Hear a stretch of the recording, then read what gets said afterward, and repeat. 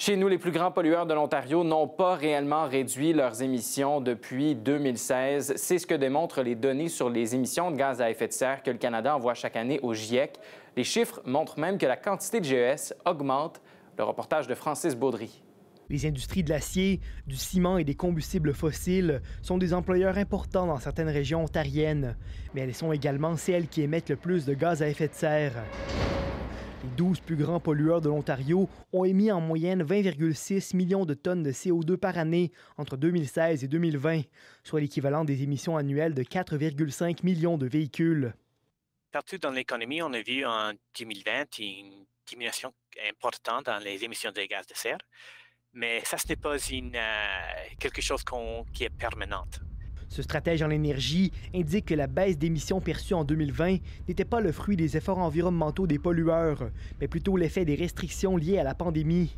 Il rappelle que les entreprises émettant le plus de gaz à effet de serre ne peuvent pas compter sur des crises sanitaires pour diminuer leurs émissions. On veut voir des changements permanents et un type d'investissement qu'on fait et les changements qu'on fait dans notre vie qui sont permanents, ça c'est la solution. Or, la province offre peu d'incitatifs aux grands joueurs industriels pour qu'ils changent leur façon de fonctionner, selon ce directeur d'organisme environnemental. There's not really much policy in place here in Ontario.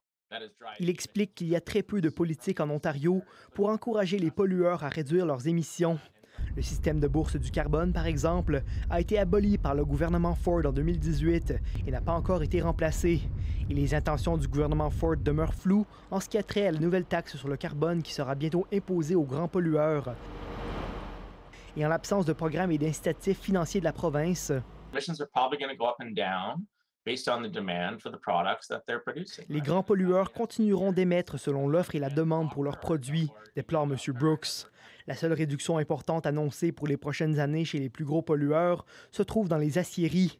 En abandonnant les fours au charbon, ArcelorMittal et Algoma Steel pourront réduire leurs émissions de moitié d'ici 2030, un changement rendu possible, entre autres, par un investissement d'Ottawa. Ici Francis Baudry, Radio-Canada, Sudbury.